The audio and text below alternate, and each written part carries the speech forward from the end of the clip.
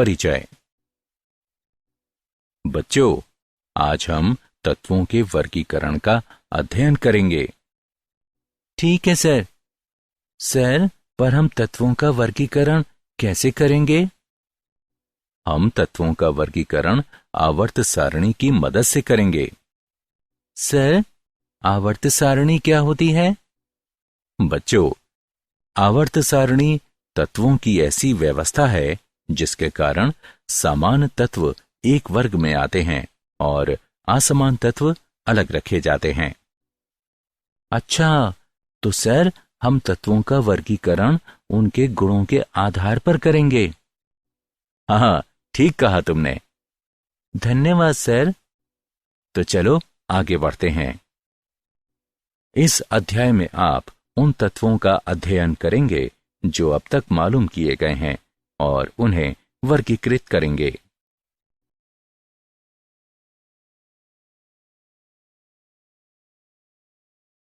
उद्देश्य।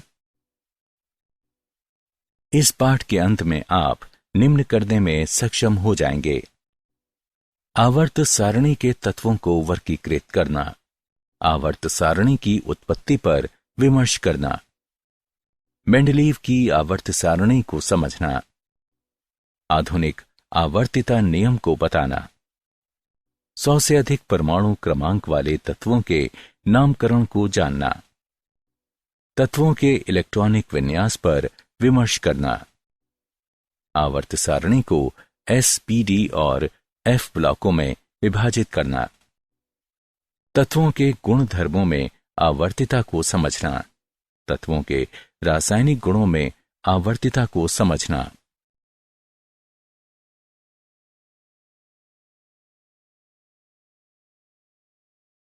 हमें तत्वों की वर्गीकरण की आवश्यकता क्यों है? 18वीं शताब्दी के पूर्व कुछ ही तत्वों के बारे में जानकारी थी। समय बीतने के साथ बड़ी संख्या में तत्वों की खोज कर ली गई। वर्तमान में हमें 114 तत्वों के बारे में जानकारी प्राप्त है। अब उन्हें वर्गीकृत करना जरूरी हो गया है। तत्वों के वर्गीकरण ने आवर्त सारणी के गठन की आवश्यकता को जन्म दिया। इस प्रकार आवर्त सारणी को एक ऐसी तालिका के रूप में परिभाषित किया जा सकता है जिसमें सभी प्राप्त तत्वों को उनके गुण धर्मों के अनुसार व्यवस्थित किया गया है, ताकि समान तत्व एक ही ऊर्ध्वाधर कॉलम में आ जाएं और असमान तत्व अलग रखे जा सकें।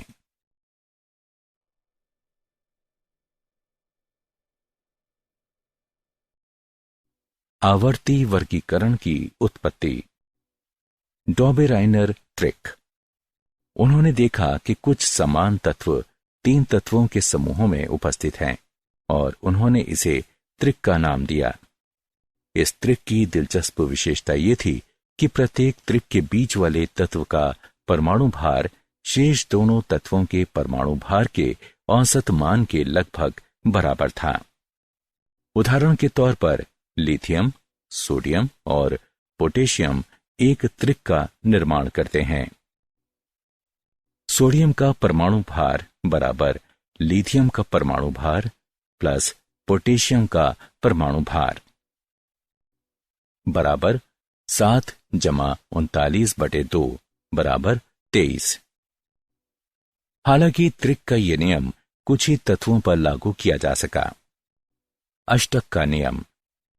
जॉन अलेक्जेंडर न्यूलैंड ने तत्वों को उनके परमाणु भार के बढ़ते हुए क्रम में व्यवस्थित किया और पाया कि दिए गए किसी तत्व से प्रारंभ करने पर 8वें तत्व के गुण पहले तत्व के गुणों के समान थे। निम्नलिखित व्यवस्था अष्टक के नियम को दर्शाती है।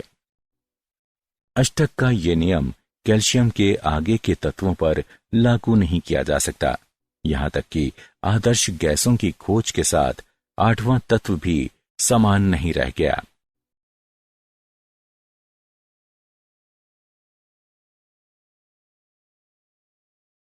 मेंडलीव की आवर्त सारणी। मेंडलीव ने जो आवर्त सारणी दी उसके अनुसार तत्वों के गुणधर्म उनके परमाणु भारों के आवर्ती फलन होते हैं। मेंडलीव की आवर्त सारणी की उपयोगिता। 1. आवर्त सारणी में तत्वों का वर्गीकरण समान गुण धर्म वाले तत्वों को एक समूह में रखकर किया गया है। 2. मेंडलीव ने अपनी आवर्त सारणी में कुछ रिक्त स्थान छोड़े थे जो भविष्य में नए तत्वों की खोज का संकेत देते थे। कुछ गुणों की प्रगुक्ति भी पूरी निष्पक्ष सटीकता के साथ की गई थी। उदाहरण के तौर पर जब उन्होंने अपनी आवर्त सारणी को प्रस्तावित किया था, गैलियम और जर्मेनियम दोनों तत्वों की खोज नहीं हुई थी। मेंडलीव ने इनका नाम क्रमशः एका एल्यूमिनियम और एका सिलिकॉन रखा था। 3. इस सारणी की मदद से कुछ तत्वों के संदेहास्पद परमाणु भारों को ठीक कर दिया गया।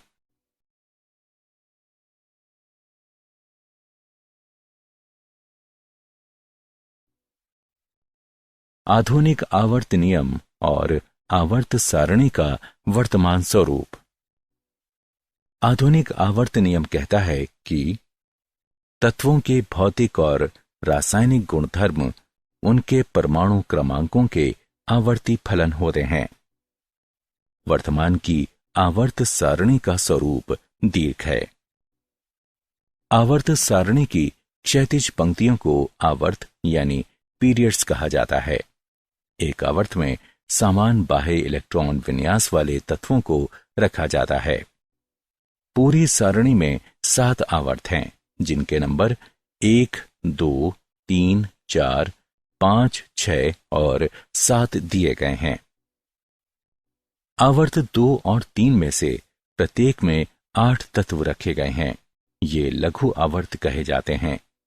चौथे और 5वें आवर्तों में से प्रत्येक में 18 तत्व रखे गए हैं जिन्हें दीर्घ आवर्त कहा जाता है। 6वें आवर्त में 32 तत्व हैं और इसे दीर्घतम आवर्त कहा जाता है। आवर्त सारणी का ऊर्ध्वाधर स्तंभ वर्ग कहलाता है। वे तत्व जो एक वर्ग से संबंधित होते हैं एक परिवार का गठन करते हैं। उदाहरण के तौर पर वर्ग 17 के तत्व हैलोजन परिवार का गठन करते हैं। इसी तरह वर्ग 16 के तत्व ऑक्सीजन परिवार का गठन करते हैं।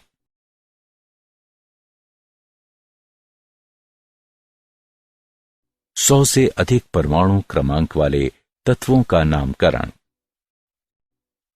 IUPAC यानी international union of pure and applied chemistry के द्वारा यह निर्णय लिया गया कि तत्वों का एक व्यवस्थित नामकरण 0 और 1 से 9 तक की संख्याओं के लिए संख्यात्मक मूल का प्रयोग करते हुए सीधे तत्वों के परमाणु क्रमांकों के आधार पर किया जाएगा।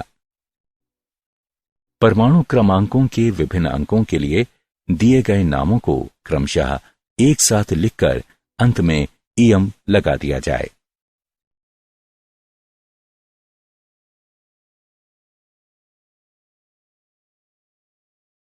उदाहरण 120 परमाणु क्रमांक वाले तत्व की खोज नहीं की गई है। इस तत्व का नाम और प्रतीक क्या होगा? हल। दिया गया परमाणु क्रमांक 120 है, अतः नीचे दी गई सारणी के अनुसार 120 के लिए हम अनबाइनिल लिख सकते हैं। उसके बाद ईएम जोड़ेंगे, अतः ये अनबाइनीलियम कहलाएगा और इसका प्रतीक होगा UPN।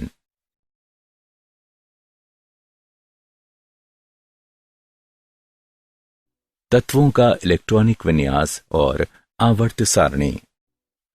किसी परमाणु के कक्षकों में इलेक्ट्रॉनों की व्यवस्था उसका इलेक्ट्रॉनिक विन्यास कहलाती है।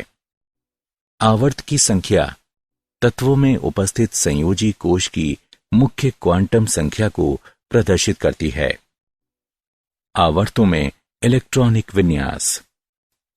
प्रथम आवर्त प्रथम ऊर्जा स्तर जो कि n बराबर 1 है, इसमें इलेक्ट्रॉनों के भराव को दर्शाता है। अब इस ऊर्जा स्तर में केवल एक कक्षक होता है, एक s, इसलिए इसमें 2 इलेक्ट्रॉन रह सकते हैं।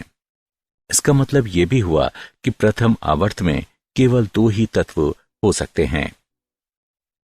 दूसरे आवर्त में इलेक्ट्रॉनों के भराव द्वितीय ऊर्जा स्तर जो कि n बराबर 2 है, इससे शुरू होता है। इसमें केवल 4 कक्षक होते हैं, 1 2s और 3 2p, जो 8 इलेक्ट्रॉनों को रख सकते हैं।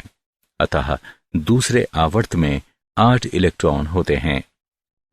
तीसरे आवर्त n बराबर 3 में इलेक्ट्रॉनों के भराव 3s कक्षकों में होता है। अतः 3s और 3p कक्षकों में इलेक्ट्रॉनों का लगातार भराव तीसरा आवर्त बनाता है। चौथा आवर्त n बराबर 4, ये 4s कक्षकों में इलेक्ट्रॉनों के भराव से शुरू होता है। हालांकि 4s कक्षक के बाद और 4p कक्षकों के पहले 5 3d कक्षक भी भराव के लिए होते हैं। अतः पूरे 9 कक्षकों में 1 4s, 5 3d और 3 4p कक्षक भरने के लिए होते हैं। ये उल्लेखनीय है कि 3d कक्षकों में भराव स्कैंडियम यानी परमाणु क्रमांक बराबर 21 से शुरू होता है। स्कैंडियम परमाणु क्रमांक बराबर 21 से जिंक परमाणु क्रमांक बराबर 30 तक के तत्व 3d संक्रमण श्रेणी के तत्व कहलाते हैं। पांचवां आवर्त n बराबर 5, 5s कक्षकों से शुरू होता है और चौथे आवर्त के ही समान होता है। 9 कक्षकों में से 1 5s, 5 4d और 3 5p कक्षक भरने के लिए होते हैं। अतः पांचवें आवर्त में भी 18 तत्व होते हैं। छठवां आवर्त 6s कक्षकों के भराव से शुरू होता है, जो कि n बराबर 6 है। इसमें 16 कक्षक हैं, 1 6s, 7 4f, 5 5d और 3 6p, जिनमें इलेक्ट्रॉनों का भराव अगले ऊर्जा स्तर के शुरू होने के पहले होता है। 4f कक्षकों में भराव सीरियम यानी परमाणु क्रमांक 58 से शुरू होकर ल्यूटीशियम यानी परमाणु क्रमांक 71 पर समाप्त हो जाता है। ये प्रथम f संक्रमण श्रेणी का गठन करता है, जिसे लेंथेनॉइड श्रेणी कहा जाता है। सातवां आवर्त n बराबर 7, 7s कक्षक से शुरू होता है। ये उत्तरोत्तर 7s, 5f, 6d और 7p कक्षकों के भराव को दर्शाता है, पर यह अभी तक अपूर्ण है। वर्तमान में इसमें केवल 19 तत्व हैं। 5f कक्षकों तक भराव थोरियम परमाणु क्रमांक 90 से शुरू होकर लॉरेंशियम परमाणु क्रमांक 103 पर समाप्त हो जाता है। यह द्वितीय f संक्रमण श्रेणी का गठन करता है, जिसे एक्टिनॉइड श्रेणी कहा जाता है। वर्गवार इलेक्ट्रॉनिक विन्यास। एक वर्ग में उपस्थित सभी तत्व समान रासायनिक गुणधर्म प्रदर्शित करते हैं, क्योंकि उनके बाह्यतम कोश में इलेक्ट्रॉनों की संख्या और वितरण एक ही प्रकार का होता है।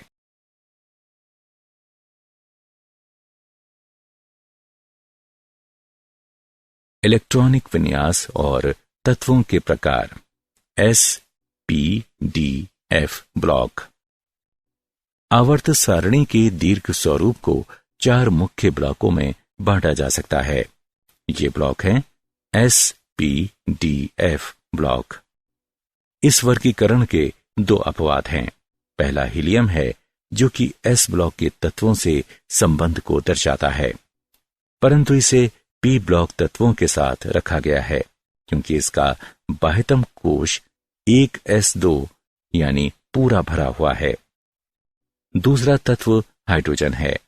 इसमें केवल 1 इलेक्ट्रॉन होने की वजह से इसे s ब्लॉक में रखा जा सकता है, और वर्ग 17 के तत्वों की तरह ये 1 इलेक्ट्रॉन प्राप्त भी कर सकता है।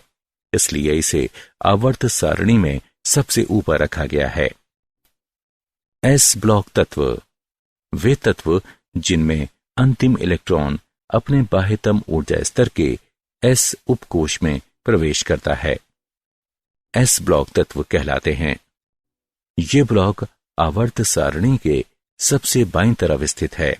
इसमें वर्ग 1 और 2 के तत्व शामिल हैं। इनके विन्यास सामान्य हैं, जहां N बाह्यतम कोश को प्रदर्शित करता है। वर्ग 1 के तत्व एल्कली धातु और वर्ग 2 के तत्व एल्केलाइन मृदा धातु कहलाते हैं। पी ब्लॉक तत्व वे तत्व जिनमें अंतिम इलेक्ट्रॉन अपने बाह्यतम ऊर्जा स्तर के पी उपकोष में प्रवेश करता है, पी ब्लॉक तत्व कहलाते हैं। हीलियम को छोड़कर, जो कि एक अपवाद है, इनके विन्यास सामान्य हैं। वर्ग 18 में आदर्श गैसें शामिल हैं और इनका इलेक्ट्रॉनिक विन्यास है। वर्ग 17 के तत्व हेलोजन कहलाते हैं और वर्ग 16 के तत्व चालकोजेन कहलाते हैं। ये तत्व स्थायी विन्यास पाने के लिए आसानी से एक इलेक्ट्रॉन ग्रहण करते हैं। डी ब्लॉक तत्व यानी संक्रमण तत्व। डी ब्लॉक तत्व वे तत्व हैं जिनके इलेक्ट्रॉनिक विन्यास में डी कक्षक आंशिक रूप से भरा जाता है। इसका सामान्य विन्यास है। डी ब्लॉक तत्वों की सामान्य विशेषताएं निम्नलिखित हैं। ये रंगीन सम्मिश्र का निर्माण करते हैं। इनमें से अधिकांश अनुचुंबकीयता प्रदर्शित करते हैं। इनमें से अधिकांश में उत्प्रेरक के गुण होते हैं। ये युग्म का निर्माण करते हैं। उदाहरण के तौर पर ब्रास, कॉपर और जिंक का एक युग्म है। एफ ब्लॉक तत्व यानी आंतरिक संक्रमण तत्व। आवर्त सारणी की निचली 2 क्षैतिज पंक्तियां एफ ब्लॉक तत्वों को धारण करती हैं। इन्हें लेंथेनॉइड और एक्टिनॉइड कहा जाता है। इनका सामान्य इलेक्ट्रॉनिक विन्यास है, जहां N बाह्यतम कोश को प्रदर्शित करता है। ये तत्वों की 2 श्रेणियों को शामिल करते हैं जो आवर्त सारणी के आधार में स्थित हैं। प्रथम श्रेणी लेंथेनम का अनुसरण करती है और लेंथेनॉइड कहलाती है, जबकि एक्टिनॉइड श्रेणी एक्टिनियम का अनुसरण करती है। एफ ब्लॉक तत्वों के सामान्य गुण निम्नलिखित हैं। ये विभिन्न संभावित ऑक्सीकरण अवस्थाओं को प्रदर्शित करते हैं। ये उच्च गलनांक वाली धातुएं हैं। इनका घनत्व उच्च होता है। एक्टिनॉइड श्रेणी के अधिकांश तत्व रेडियोधर्मी हैं।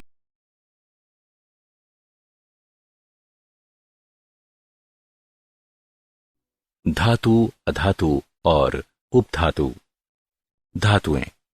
धातुएं ठोस यानी मजबूत होती हैं। धातुएं आघातवर्ध्य और तन्य होती हैं। धातुओं के गलनांक और क्वथनांक उच्च होते हैं। धातुएं ऊष्मा और विद्युत की सुचालक होती हैं। धातुएं पॉलिश करने पर चमक उठती हैं।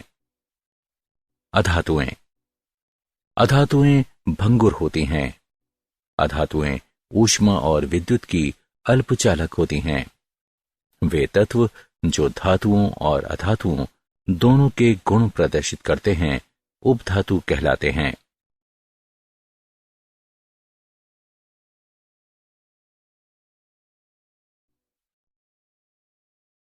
तत्वों के गुण धर्मों में आवर्तिता। भौतिक गुणों की प्रवृत्तियां। क परमाणु त्रिज्या। परमाणु त्रिज्या को परमाणु के नाभिक के केंद्र से इलेक्ट्रॉनों के बाह्यतम कोश के बीच की दूरी के रूप में परिभाषित किया गया है। परमाणु की त्रिज्या को निम्नलिखित कारणों से सही परिकलन संभव नहीं है। अलग किए जाने के लिए परमाणु बहुत छोटा है।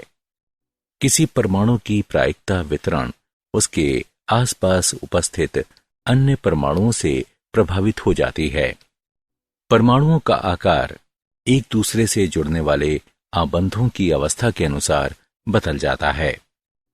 यदि सहसंयोजक अणुओं के 2 परमाणु एकल बांध द्वारा जुड़े हुए हैं तो हम नापेंगे सह संयोजक त्रिज्या को।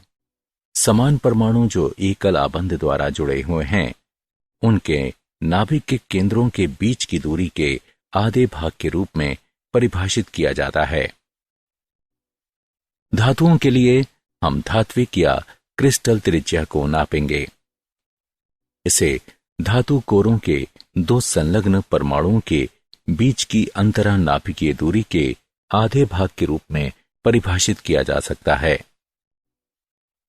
किसी परमाणु की धात्विक त्रिज्या हमेशा उसकी सह संयोजक त्रिज्या से बड़ी होती है, क्योंकि धात्विक बंध सह संयोजक बंध की तुलना में कमजोर होते हैं।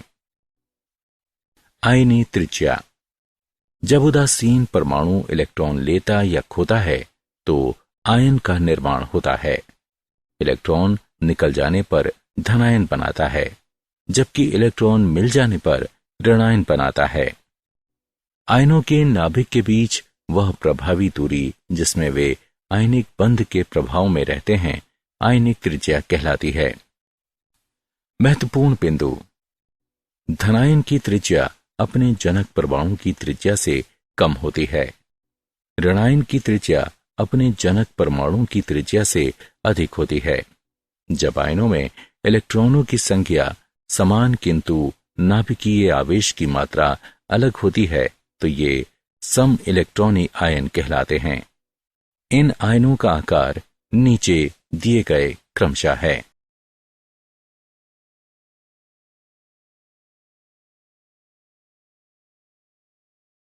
आयनन एंथैल्पी। विलगित गैसीय परमाणु से बाह्यतम इलेक्ट्रॉन को बाहर निकालने में जो ऊर्जा लगती है उसे तत्व की आयनन एंथैल्पी कहते हैं। यदि हम किसी गैसीय परमाणु A को आयनन ऊर्जा प्रदान करते हैं तो ये एक इलेक्ट्रॉन को बाहर निकालता है। उत्तरोत्तर आयनन ऊर्जा। गैसीय परमाणु से एक बार जब इलेक्ट्रॉन पृथक हो जाता है तो धनात्मक आयनों से एक के बाद एक दूसरे और उत्तरोत्तर इलेक्ट्रॉनों के पृथक होने की संभावना होती है। उदाहरण, तत्वों की गैसीय अवस्था के यूनिपॉजिटिव, डाइपॉजिटिव, ट्राइपॉजिटिव आयनों से सर्वाधिक शिथिलता से बंधे इलेक्ट्रॉनों को पृथक करने के लिए आवश्यक ऊर्जा को क्रमशः द्वितीय, तृतीय, चतुर्थ आयनन ऊर्जा कहा जाता है। ये उल्लेखनीय है कि आयनन ऊर्जा 3 का मान आयनन ऊर्जा 2 के मान से और आयनन ऊर्जा 2 का मान आयनन ऊर्जा 1 के मान से अधिक होता है। आयनन ऊर्जा निम्नलिखित कारकों पर निर्भर करती है। 1. परमाणु का आकार। जैसे ही परमाणु का आकार बढ़ता है बाह्यतम इलेक्ट्रॉनों पर नाभिक की पकड़ ढीली पड़ जाती है और उन इलेक्ट्रॉनों को पृथक करना और आसान हो जाता है। इस तरह आयनन ऊर्जा परमाणु के आकार में वृद्धि के साथ घट जाती है। 2. नाभिकीय आवेश की मात्रा। नाभिकीय आवेश की मात्रा बढ़ने के साथ इलेक्ट्रॉन का पृथक्करण कठिन हो जाता है, अतः आयनन ऊर्जा बढ़ती है। 3. आवरण प्रभाव। बहु इलेक्ट्रॉन वाले परमाणुओं में जो इलेक्ट्रॉन बाह्यतम कोश में स्थित होते हैं वे क्रोडीय इलेक्ट्रॉनों की प्रतिकारक अन्योन्य क्रिया के कारण पूरे नाभिकीय आवेश को अनुभव नहीं करते हैं, अतः संयोजी इलेक्ट्रॉन नाभिक से आंतरिक इलेक्ट्रॉनों के द्वारा परिरक्षित या आवृत हो जाते हैं। इस प्रभाव को आवरण प्रभाव कहते हैं। आंतरिक इलेक्ट्रॉनों की संख्या में वृद्धि के साथ आयनन ऊर्जा में कमी आती जाती है। 4. इलेक्ट्रॉनिक विन्यास। जिस परमाणु का विन्यास ज्यादा स्थायी होता है उसमें इलेक्ट्रॉन खोने की प्रवृत्ति कम होती है, जिसके परिणाम स्वरूप उसकी आयनन ऊर्जा का मान उच्च होता है।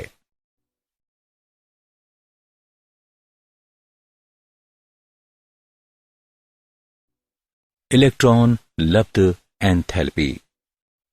इलेक्ट्रॉन लब्ध एंथैल्पी को एक परमाणु या अणु की ऋणायन बनाने की योग्यता के रूप में परिभाषित किया जाता है, जो कि परमाणु या अणु द्वारा एक इलेक्ट्रॉन ग्रहण किए जाने पर निर्मुक्त की गई ऊर्जा के रूप में व्यक्त की जाती है। इस प्रक्रम को निम्नलिखित तरीके से व्यक्त किया जा सकता है। प्रक्रम को ऊष्माक्षेपी या ऊष्माक्षोषी हो सकता है। इलेक्ट्रॉन लब्ध एंथैल्पी को प्रभावित करने वाले कारक। नाभिकीय आवेश। अधिक नाभिकीय आवेश की मात्रा अधिक तेजी से आने वाले इलेक्ट्रॉनों को आकर्षित करेगी और इलेक्ट्रॉन लब्ध एंथैल्पी का ऋणात्मक मान अत्यधिक होगा।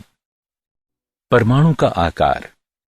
यदि परमाणु का आकार बड़ा है तो नाभिक और अतिरिक्त इलेक्ट्रॉन के बीच की दूरी अधिक होगी और इलेक्ट्रॉन लब्ध एंथैल्पी का ऋणात्मक मान कम होगा। इलेक्ट्रॉन विन्यास। यदि परमाणु का विन्यास स्थायी होता है तो उसमें इलेक्ट्रॉन ग्रहण करने की प्रवृत्ति कम होती है, जिसके परिणाम स्वरूप उसकी इलेक्ट्रॉन लब्ध एंथैल्पी का मान अत्यधिक धनात्मक होगा।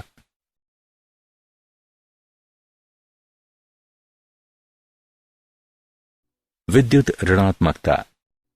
सहसंयोजक आबंध के इलेक्ट्रॉन युग्म को अपनी ओर आकर्षित करने की योग्यता की माप विद्युत ऋणात्मकता कहलाती है। वे कारक जिन पर विद्युत ऋणात्मकता निर्भर करती है वे हैं प्रभावी नाभिकीय आवेश और परमाणु त्रिज्या। अधिक नाभिकीय आवेश अधिक विद्युत ऋणात्मकता, छोटी परमाणु त्रिज्या अधिक विद्युत ऋणात्मकता। सबसे अधिक विद्युत ऋणात्मक तत्व फ्लोरीन है।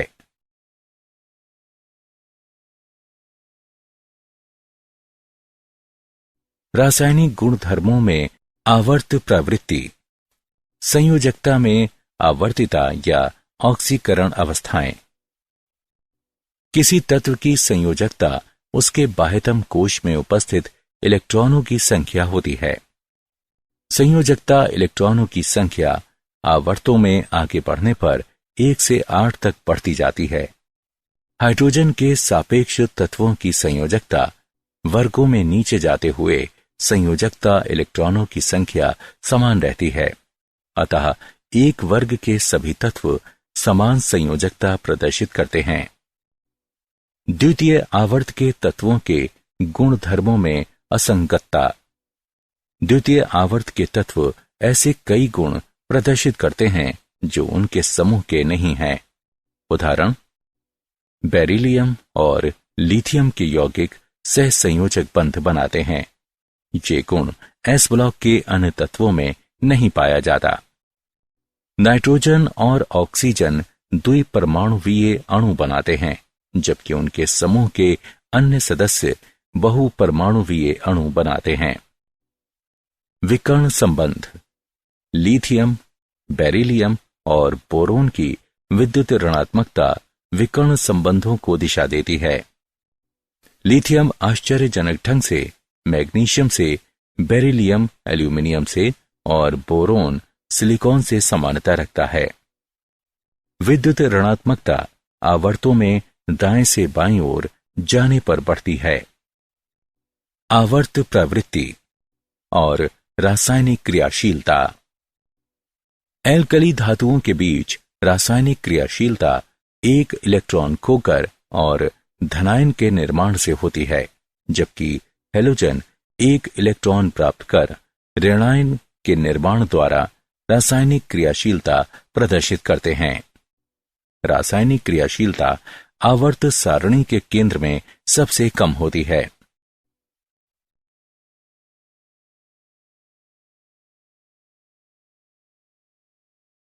क्या आप जानते हैं, मई 31 सन 2012 को IUPAC, the international union of pure and applied chemistry ने फ्लेरोवियम और लिवरमोरियम को आवर्त सारणी में जोड़ने के लिए मंजूरी दी।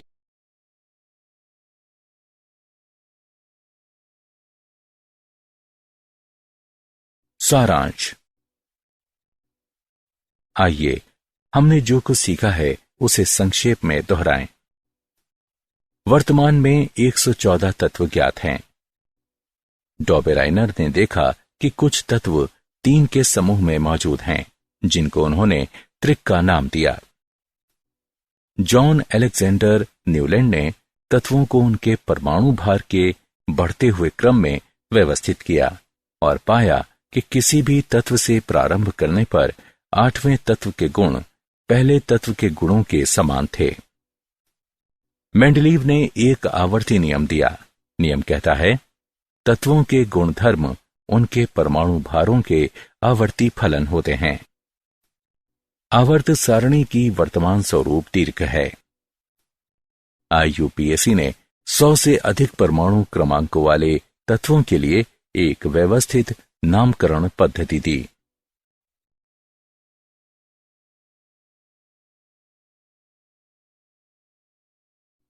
किसी परमाणु के कक्षांकों में इलेक्ट्रॉनों की व्यवस्था को इलेक्ट्रॉन विन्यास कहा जाता है।